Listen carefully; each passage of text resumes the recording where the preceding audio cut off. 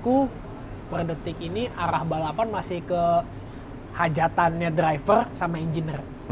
Jadi lebih ke ya drivernya sendiri dan perkara setting mobilnya.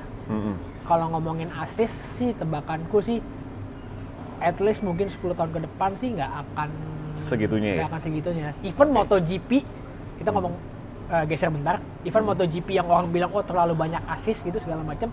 Kalau ridernya nggak jago, nggak jago aja. Kita bisa bikin partai sendiri. Beberapa tim balap grassroots gitu lah ya. Itu kan kalau grassroots kita ngomong kan dari mobil standar. Mereka udah mulai ada yang segila itu yang pengen extreme develop aero ya, modal 3D print doang. Teknologi kitanya dulu, kita yang bisa mengendalikan teknologi. Jangan kita dikendalikan teknologi jatuh. Gizmo Talk Podcast by Gizmology.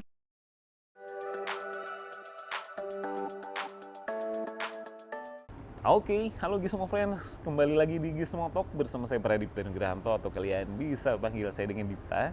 Dan kalau kalian menyimak episode Gizmo Talk sebelumnya, di sebelah saya bukan Bapak Menke ya, tapi ada Andika Ramstik Maulana. Kirain Purbaya Yuda. Purbaya Yuda. Karena setiap kali muncul di media sosial tuh Pak Purbaya lagi balapan. Iya, komennya sekarang gitu semua. Gitu semua. Dari TikTok, dari Instagram sama semua. Pak Purbaya.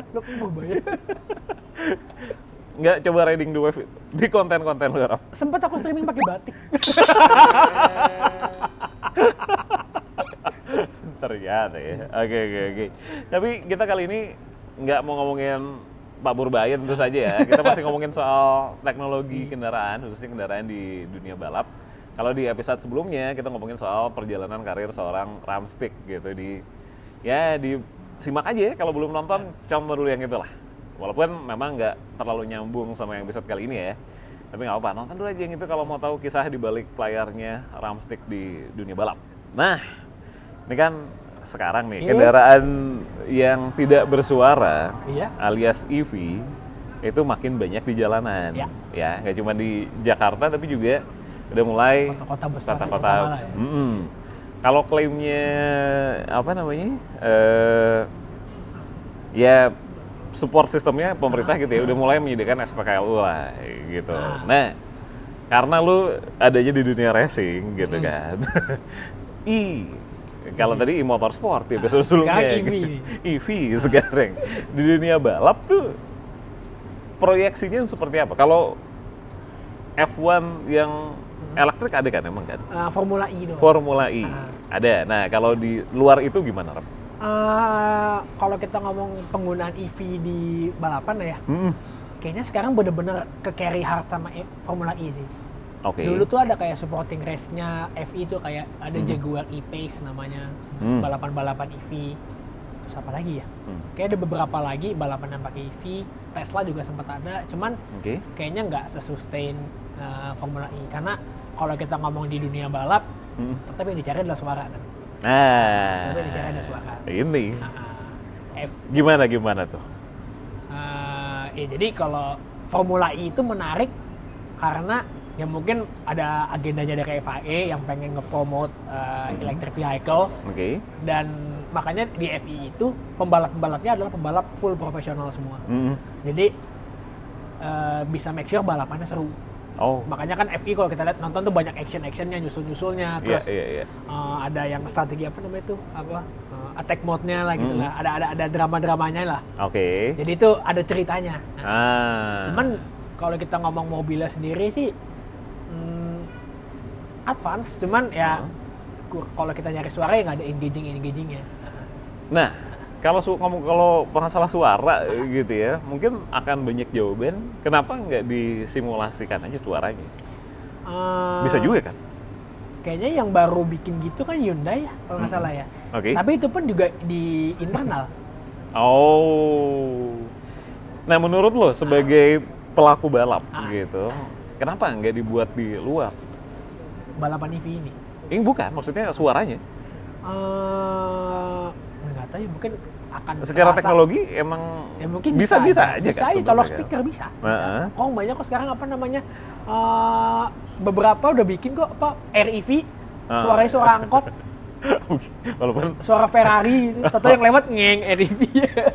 Colok speaker, bisa colok speaker bisa. Tapi ya mungkin kalau di balap ya. Apa bikin tren globalnya kayaknya memang apa mau dibuat silent aja gitu? Makanya kan FI ada suaranya. Ya, dan betul. itu tiap masing-masing pabrikan suaranya beda-beda. Oh iya? Iya.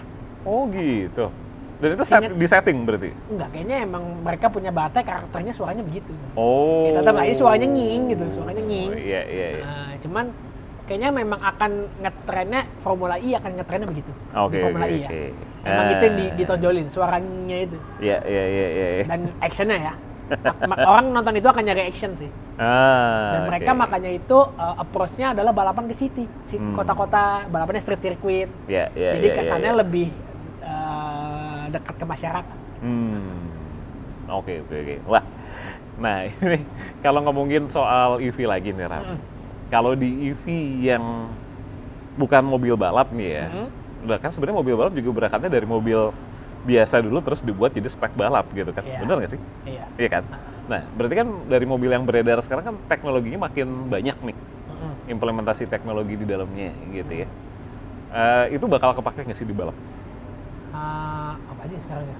Palingan lebih ke teknologi baterai kan ya gitu ya. Kalau yang bisa ke kiri ke balap ya teknologi baterai. Tapi biasanya kebalik. Kalau development baterai itu kebalik. Atau development mobil ya, biasanya dari balap dulu di-apply ke mobil harian. Oh. Jadi balap itu even ICE atau EV itu adalah ajang development sebenarnya. Oke. Ajang development ke mobil hariannya. Jadi bukan kebalik dari develop mobil asli di develop ke balap.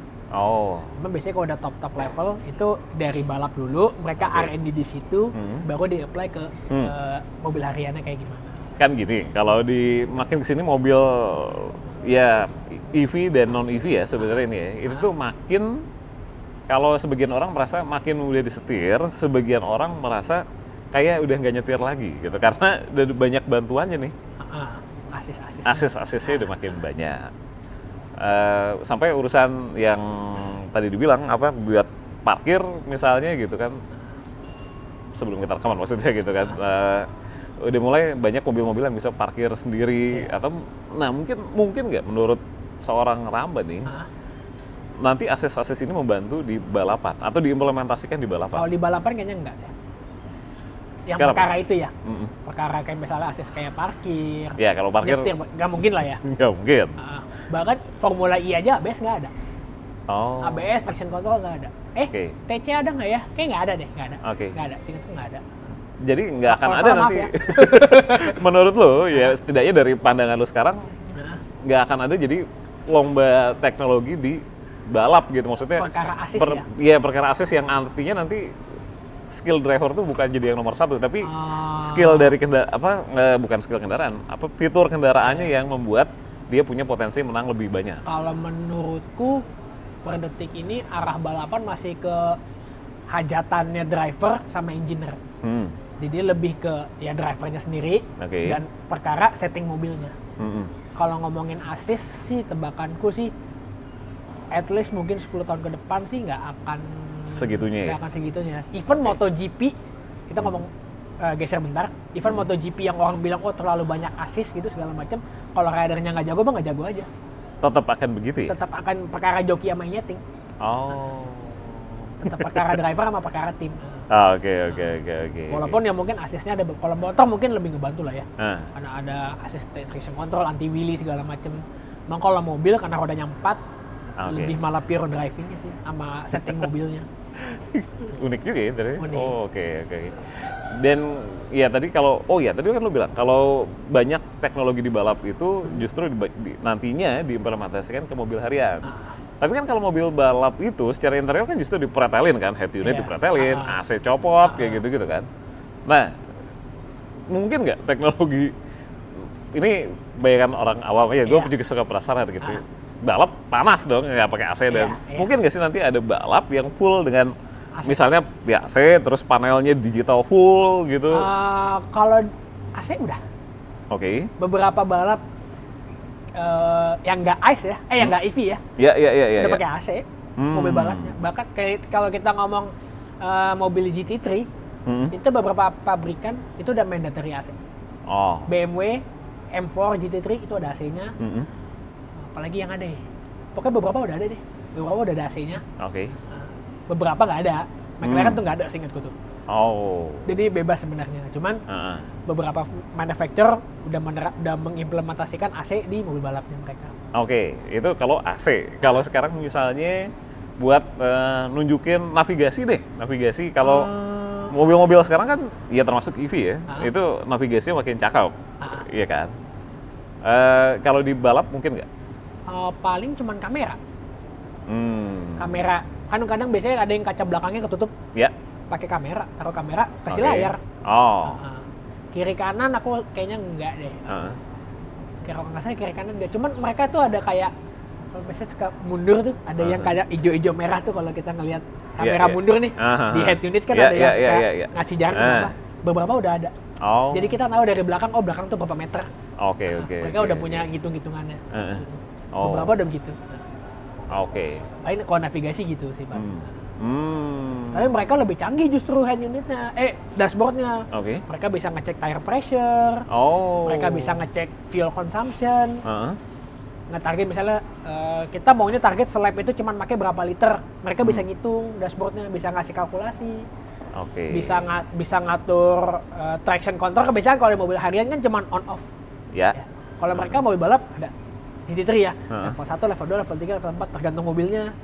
Traction control juga ada macam-macam, ada traction control buat lurus, ada buat belok. Dan itu rasternya bisa membaca itu? Bisa atur, wajib bisa atur sendiri. Paling mereka ngomong sama engineer biasanya ini pakai berapa enaknya gitu. Wah. Justru malah mobil balap lebih kompleks, lebih banyak ininya. Buttonnya banyak, lebih banyak. Dan dashboardnya juga infonya banyak. Gitu. Kalau di mobil harian apa sih yang betul? Apa yang menurut lu paling ini lompatan teknologi paling gokil di entah itu EV atau non EV ya atau combustion engine gitu? Yang menurut lu ini gila banget sih ini ada teknologi ini akhirnya di mobil balap. Mobil balap apa di mobil harian? Di mobil harian terus di mobil harian ada bisa atau di mobil balap doang yang ada? Menurutku yang canggih. Yang wow, ini mind blowing banget sih ada teknologi ini. Sekarang gitu.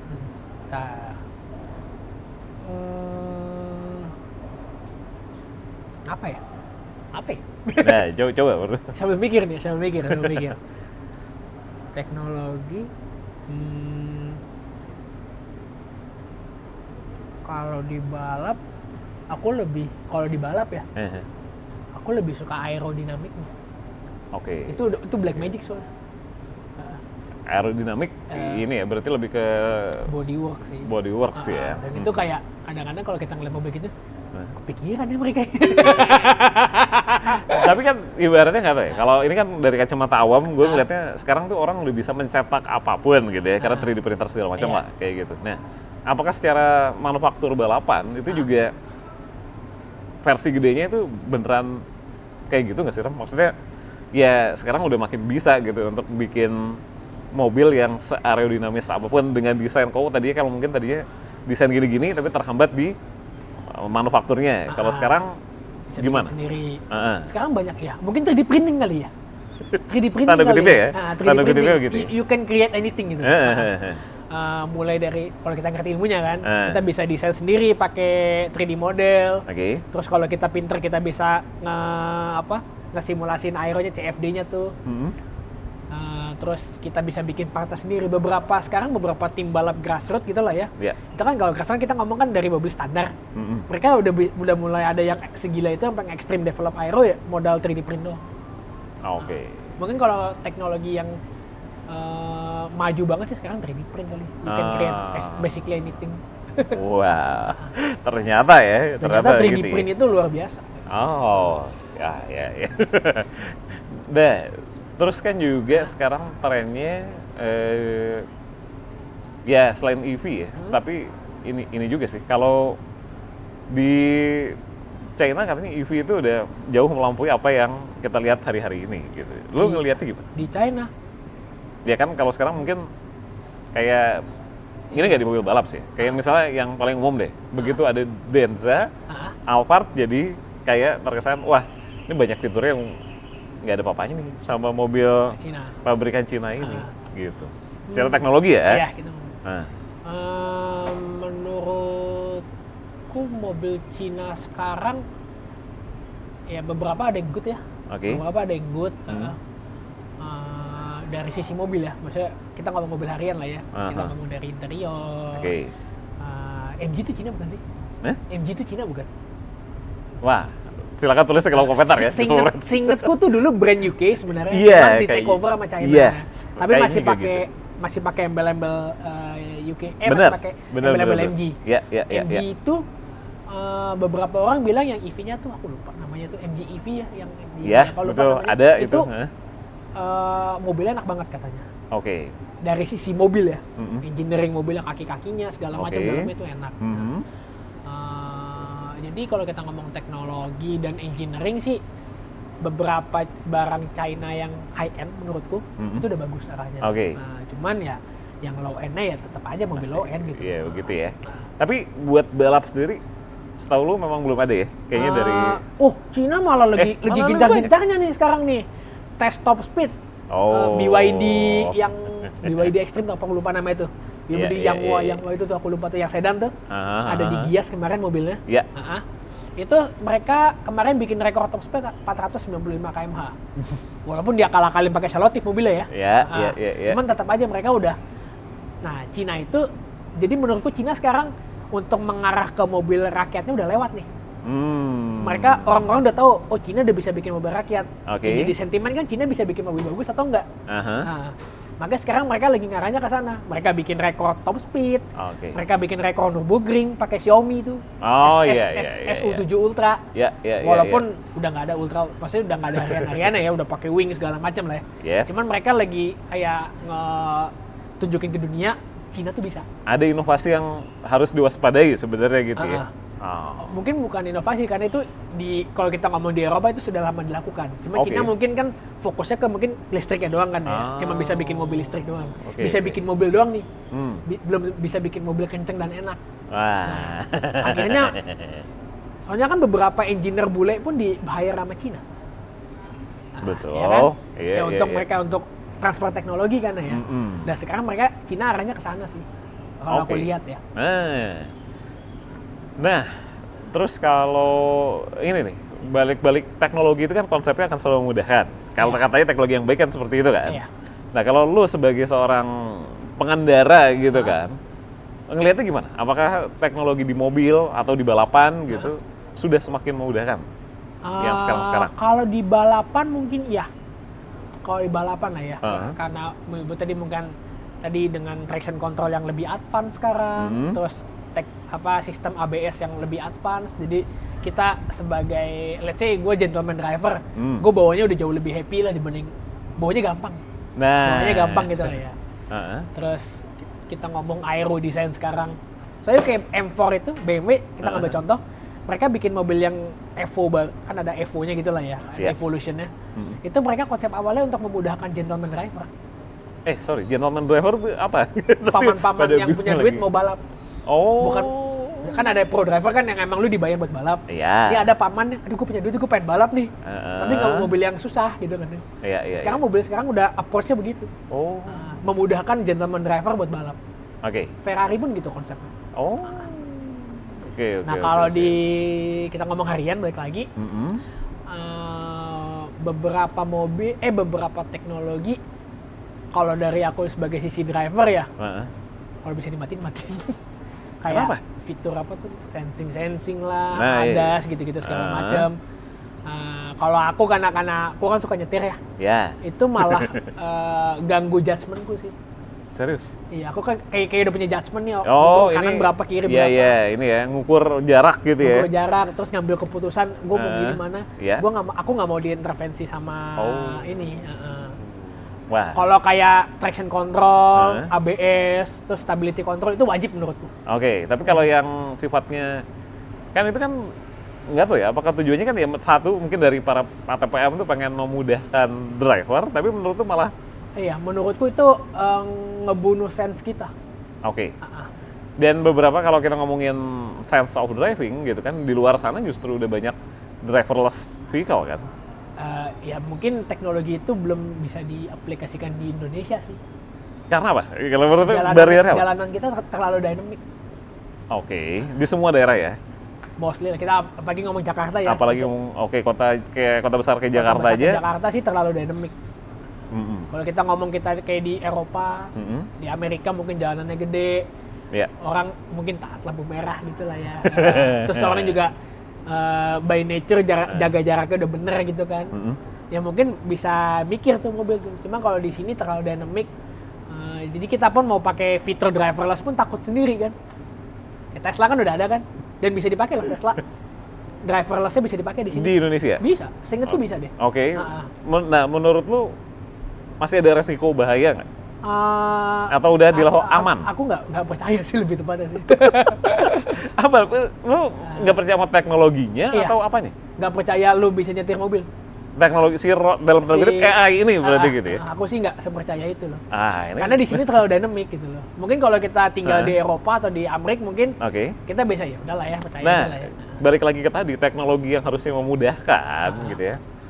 Kenapa nih ketika melihat Indonesia dengan pasar orang punya mobil pasti masih banyak tinggi, dengan transportasi umum yang masih begitu gitu ya. Kok teknologinya tidak dirancang untuk menyesuaikan dengan problem yang terjadi di Indonesia? Aku jujur kurang paham lah ya, maksudnya kenapa mereka mencoba masukin teknologi itu ke sini. Tapi mungkin karena let's say misalnya kayak pabrikan Jepang, mungkin di Jepangnya mungkin udah develop dan proven safe gitu lah ya. Jadi ya sudah lah ya. Udah kadung ada teknologinya, mereka udah bikin, ya kenapa nggak dibuat? Mungkin nggak sih itu dibuat kayak software kan ada patch-nya, ada update version gitu, dan nanti terus bisa menyesuaikan dengan kondisi lingkungan kita. Iya, hopefully kalau bisa sampai se-advance itu ya mungkin bagus ya. Masih butuh waktu lama tapi menurut Bang? Wah sulit sih, menurutku sulit ya. Oke, contoh paling sederhana gimana? Apa ya? Kayak misalnya nyalain fitur yang kadang-kadang kalau ada orang lewat sebelah kita terus dia bunyi. Ya. Itu udah berisik banget. Oke, mengganggu ya, mengganggu. Bunyinya itu bip semua tuh. Oke. Padahal seharusnya itu masih dalam jarak aman. Kita masih bisa ngukur nih. Kita masih bisa lihat, masih bisa masih bisa ngejudge gitu. Karena mungkin komputernya karena melihat, ini ada motor, ini ada mobil, berisik lah. Belum tukang gerobak apa lewat gitu kan ya. Lewat. Oh iya sih. Menurutku sih begitu. Wow, masih panjang ya perjuangan untuk bisa menyiasati itu ya. Jadi tapi kalau perkara teknologi kayak ABS yang canggih, engineering mobil yang canggih, terus traction control gitu segala macam, itu menurutku sudah bagus banget untuk diimplementasikan di sini, karena itu lebih ke emergensi. Oke. Keluar dikit dari balapan, tapi masih berhubungan sama mengemudi dan teknologi gitu kan. Lu di media sosial tuh seringkali mengomentari atau beropini ya sebenarnya mau membenarkan sesuatu yang keliru di masyarakat gitu ya. Nah, menurut lu dengan adanya teknologi yang makin berkembang ini gitu, makin, kalau tadi lu bilang bikin sense of driving itu menurun buat lu sendiri gitu ya, apakah itu bukannya berpotensi menimbulkan hal yang sama atau malah sebaliknya ya gitu? Ini membantu orang-orang yang tanda kutipnya belum bisa nyetir yang benar atau bahkan kemampuan mengemudinya itu minim, bisa jadi benar atau malah sebaliknya? Jujur menurutku kalau kita cuman rely sama sistem itu, tapi kita basic kemampuan kita belum ada gitu lah. Justru menurut itu akan jadi danger yang lebih akan lebih danger sih. Misalnya gimana? Parkir deh, dengan sekarang misalnya si orang ini belum pasti parkir gitu ya, terus dia bawa parkir mungkin membantu ya. Beberapa mobil either itu ICE atau EV kan udah ada beberapa yang bisa self parking. Mungkin buat emak-emak itu cukup membantu, parkir lempeng gitu lah ya. Beberapa mungkin membantu, cuman yang aku concern ini adalah ketika kita di jalan raya. Lebih ke perkara safety sih. Misalnya gimana? Kayak tadi misalnya kan ada fitur yang mobil bisa ngerem sendiri. Betul. Ketika ada ada di beberapa ATM udah ada lah ya. Mungkin takutnya nih kita ngomong suzon aja ya. Mungkin ada terlalu beberapa yang mengandalkan mobilnya bisa ngerem sendiri kok. Oke. Nah, jadi kita ya udah main jalan-jalan aja. Atau malah bahkan sampai ada beberapa yang di video itu dia meninggalkan kemudinya gitu kan. Terlalu relax gitu kan, merasa aman. Ternyata mungkin kita ngomong mungkin lah ya, mungkin bisa jadi sistem error atau apa, nggak bisa berhenti, nabrak. Itu juga tuh kasusnya di China tuh, aku pernah lihat videonya tuh. Jadi ada sales mobil, mobilnya ada punya self driving sama bisa berhenti sendiri. Terus salesnya udah jalan nih, depan berhenti nih, udah jalan aja, jalan normal, ntar mobil berhenti sendiri, nggak berhenti mobil. Salesnya bingung habis itu. Nah itu, mungkin kalau kita udah bisa nyetir, itu nggak jadi masalah. Cuman kalau kita tanda kutip masih belum punya kemampuan yang cukup untuk nyetir, kita jangan terlalu mengandalkan sistem itu sih. Yang harus dibenerin adalah kitanya yang harus gain knowledge dulu gitu kan. Kita udah bisa nyetir dengan baik dan benar. Mengemudi dengan baik dan benar. Karena nyetir sama mengemudi menurutku beda. Kalau nyetir monyet bisa. Nah, mengemudi jalan raya itu manusia yang bener lah, yang mestinya bisa. Ada catatannya ya? Ada catatannya. Ada cara-caranya, ada rules-nya, ada ininya. Harus baca situasi gitu. Kita harus bisa baca situasi dulu sebelum komputer yang bacain buat kita. Tapi ini OOT dikit. Iya. Tadi sempat kita bahas sebelum tapping gitu ya. Driving itu life skill apa bukan? Iya. Driving menurutku kerja. Jadi? Sebenarnya kita kalau kerja kan kita butuh kualifikasi. Jadi kalau kita tidak punya kualifikasi, kita mending gak usah nyetir. Daripada bikin kecelakaan. Sekarang ada fitur transportasi online kok dan transportasi umum. Menurutku gitu ya. Jadi kalau kita memang belum punya kemampuan untuk itu, mending belajar dulu. Ada namanya fitur sekolah mengemudi kan. Atau belajar dulu di tempat kosong atau di mana sampai kita benar-benar confident di jalan raya, barulah boleh dilepas. Karena kalau tidak kita akan jadi mesin pembunuh di jalan. Dan lagi-lagi jangan ngandelin teknologi ya. Jangan ngandelin teknologi, kitanya dulu, kita yang bisa mengendalikan teknologi, jangan kita dikendalikan teknologi jatuhnya. Oke, back to balapan. Nih, kalau tadi kendaraannya udah, terus di ekosistem racing sendiri gitu ya, mungkin pit atau sirkuit atau apapun, penerapan teknologinya itu udah sejauh apa sekarang perkembangannya? Dari sisi apa nih? Ya sisi apapun, mungkin ketika ada kondisi-kondisi yang tidak sulit gitu ya, misalnya kalau sekarang kan masih dulu mungkin orang banget gitu kan, yang mengandalkan orang. Sekarang sensor. Sekarang sensor. Jadi di situ apakah para misalnya kru pit ini akan digantikan oleh mesin apa enggak sih? Kalau kru pit enggak menurutku. Masih orang? Pit, engineer itu pasti butuh orang. Jadi karena mereka tugasnya analisa. Kalau kru pit kayaknya belum ada teknologi yang kayak bisa ganti ban sendiri gitu. Nah, makanya itu pertanyaan ke situ. Menurutku sih belum ya, karena kan butuh waktu, butuh cepet. Itu kayaknya lebih ke orang. Paling teknologinya ininya. Apanya? Apa? Yang buat bongkar pasang buat itunya, rodanya. Buat bongkar pasang itu makin kesini makin canggih, bener. Makin cepet bunganya. Terus teknologi safety lah ya pasti, teknologi safety-nya pasti lebih tinggi sekarang. Sama sensor sih. Sensor sekarang sih gila banget sensor. Oke. Ya kalau ngelihat di film, lagi-lagi film lah ya, biar nggak bingung, film F1 yang Drive to Survive, bukan? Yang ini F1 kemarin, si Sonny Hayes. Iya. Itu kan ada salah satu kejadian yang timnya kalah, terus drivernya bilang, iya sama mekaniknya gitu ya. Gimana sih lu nggak kenal sama mobil lo? Oh iya, karena di dalamnya ada jutaan sensor. Gimana gue bisa kenalin itu semua gitu. Nah, jadi gimana kalau tadi lu bilang sensor membantu, tapi di sisi lain ketika ada hal-hal yang tidak diinginkan, yang bikin akhirnya kalah balapan atau bahkan yang lebih parah lagi mungkin nggak finish lah. Ya nggak finish atau yang lain-lain gitu. Gimana di posisi teknologi jadi? Jadi gini, sensor itu berguna buat nyari data acquisition. Sama kalau di F1 ya, kalau kita F1 itu udah tertinggi lah, kasta tertinggi lah ya. Kita ngomongin kasta tertinggi aja. Jadi di sensor di F1 itu berguna satu buat nyari data, buat setting-setting segala macam. Either itu nyari data aero, Misalnya mobil lagi jalan nih, depan front wing turunnya seberapa itu ada sensornya. Wingnya buka angle-nya seberapa kena angin itu ada sensornya. Terus sensor angin bannya ada. Berarti gampangannya bukan manual ini ya, nggak usah manual. Nggak manual. Itu mereka ada koneksi internetnya. Jadi mobil lagi jalan live itu Dipit bisa ngelihat kondisi mobil, kondisi wing, kondisi ban, kondisi floor, lantainya, kondisi engine-nya gimana. Makanya biasanya kalau driver F1 nih, kalau suka nonton F1 nih, misalnya ada yang kontak dikit, terus kan suka driver ngomong ke pit tuh, cek front wing damage, ada gimana ketahuan? Orang ada datanya semua ternyata sekarang. Jadi misalnya depannya wingnya patah dikit, datanya nongol di pit. Sensornya sepinter itu gitu loh. Dari situ baru keputusan pit apa. Misalnya datanya begini nih, ada anomali sekian.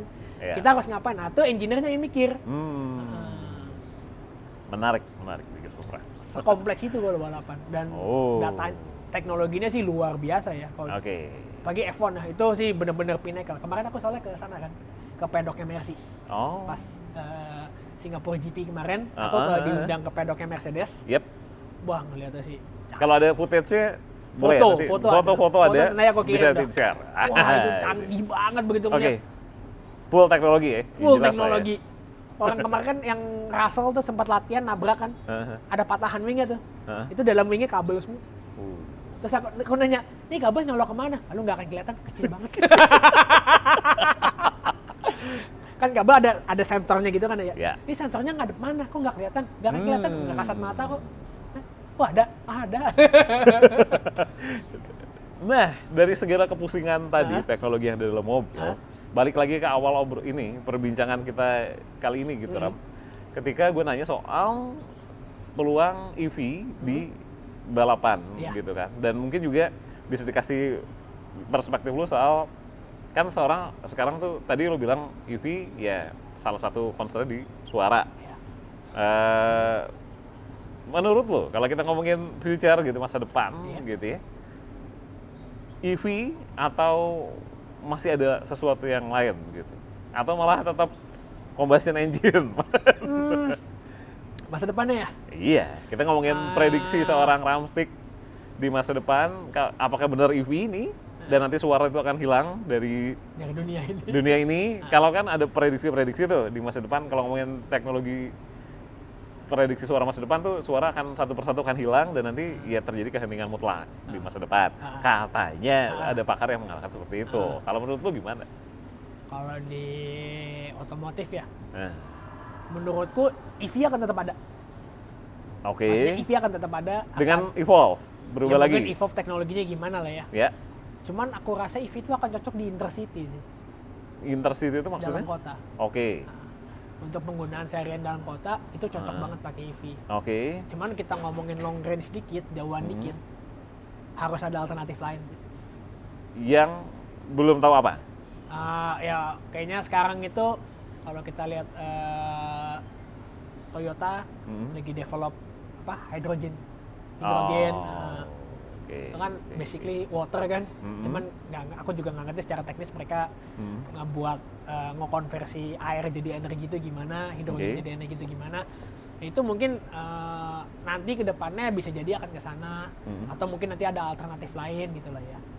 Soalnya menurutku EV itu lebih cocok di kita pakai dari rumah sampai mana, pulang lagi colok. Yang mentok-mentok ngecas di mall. Itu kondisi teridealnya. Iya, menurutku akan ideal seperti itu. Jadi rasanya akan sangat tidak cocok atau setidaknya belum cocok untuk sekarang kalau buat di sirkuit. Ya. Banyak isunya itu adalah berat. Kalau mobil EV dibalapin ya, mobil EV dibalapin itu salah satu isunya adalah berat. Berat banget gitu loh. Jadi harus dientengin habis-habisan. Terus kedua mungkin kalau balapannya pendek mungkin oke. Sekarang event limen segitu. Nggak mungkin. Bahkan kalau kita ngomong sekarang itu Formula E, sekarang mereka udah punya metode ngecas. Dulu malah masih dulu kan malah ganti mobil dulu. zaman-zaman Formula E keluar tuh. Oke. Jadi setiap tim satu driver tuh 2 mobil. Baterainya habis, kepit, ganti mobil baru. Ganti mobil. Kalau sekarang udah ada teknologi cas yang ngecasnya cepet. Oke, quick charge ya. Dan quick banget gitu loh. Dan mungkin nanti ke depannya itu akan diimplementasikan ke mobil harian. Jadi mungkin ya. Mungkin nanti kalau ketika EV bisa ngecas kayak ngisi bensin, itu akan suatu hal yang sangat cukup ideal sih. Oke. Cuman yang nggak tahu nanti itu akan berapa lama tuh teknologi ngecasnya bisa nyampe begitu. Oke. Nah ini terakhir, ini gue kepo banget sebenarnya. Mungkin nggak nanti itu kalau tadi kita udah ngomongin driverless vehicle gitu ya. Racerless competition bakal ada nggak, Ram? Udah ada. Udah ada. Nggak ada yang finish tapi. Karena? Kan main robot ya. Iya. Ada yang nabrak-nabrak sendiri. Terus kayak jadi doom to fail gitu loh. Udah ada yang sempet memprakarsai. Ini balap real pakai mobilnya formulaan gitu, aku lupa formula lupa. Konteksnya ini memang ajang balap internasional atau aku kayaknya mereka baru cek eksperimen. Baru mereka udah bikin balapan. Oke. Aku lupa balapannya sama apa tuh. Ada kok di internet kok. Ada ya, bisa dicari ya. Bisa dicari balapan. Cari dan masukin footage-nya deh. Namanya apa? Balapan bener. Nggak ada drivernya, pakai adu-adu mekanik engineer gitu. Iya. Mana ada yang mobilnya muter-muter pakai robot rata-rata. AI gitu jalan, ada yang mobilnya muter-muter sendiri, ada yang nabrak, ada yang finish tapi pelan banget nyetirnya. Karena menurutku judgement yang nggak tahu ya akan nyampe nggak ya teknologinya, aku nggak tahu juga. Perkara judging driving kita sama drivingnya robot akan sama atau nggak tahu deh. Kayaknya itu akan berat. Sama, mungkin nggak ada misalnya nanti ya kompetisi yang mengkombinasikan itu malahan yang real racer sama AI racer gitu. Ya pasti akan advantage yang real lah. Pada detik ini sih kita akan susah. Kalau di balap beneran, lu melihatnya ada kemungkinan ke arah sana? Enggak sih. Jadi race driver masih tetap racer ini masih akan tetap human. Mungkin kalau lebih ke assistance mungkin ya. Kayak misalnya mungkin ChatGPT berjalan lah ya kita ngomong. Gitu kan. Sekarang mungkin ada engineer, mungkin nanti ke depannya mobilnya bisa ngomong, lu pakai strat ini, lu pakai gini-gini. Atau kan nanti mobilnya yang ngubah-ngubahin, kita tetap tugasnya nyetir gitu loh. Mungkin itu bisa terjadi. Tapi tetap harus ada human di belakang setirnya. Soalnya emotion itu nggak bisa dihitung. Ada unsur itu ya? Ada unsur itu soalnya. Oke. Wow, menarik banget Gizmo Friends. Analisisnya, insight-insightnya dari Rama seputaran ya perkembangan teknologi di kendaraan dan selingkar wilayahnya gitu ya. Kalau mungkin ada yang punya ide-ide lain, bantahan-bantahan silakan tulis di kolom komentar. Kalau mau diskusi sama Rama, mungkin mau ngajakin Ram jangan main combustion engine terus. Kita coba balapan pakai mobil ini. Gue ngerancang mobil, kali aja ya ada yang melihat itu. Boleh di kolom komentar, kalau nggak DM. Kemana Ram? Boleh DM, boleh. Ramstick. Atau kan ke channelnya aja, pas komen langsung tag Ramstick. Mantap. Kalau gitu jangan lupa untuk subscribe ke channel YouTube Gizmologi. Gizmo Talk tayang setiap hari Senin. Dan jangan lupa juga untuk follow kita di Instagram di @gizmologi dan gizmotalk.id, sama di TikTok juga di @gizmologi. Ram, thank you. Thank you. Sampai ketemu lagi di episode berikutnya. Bye.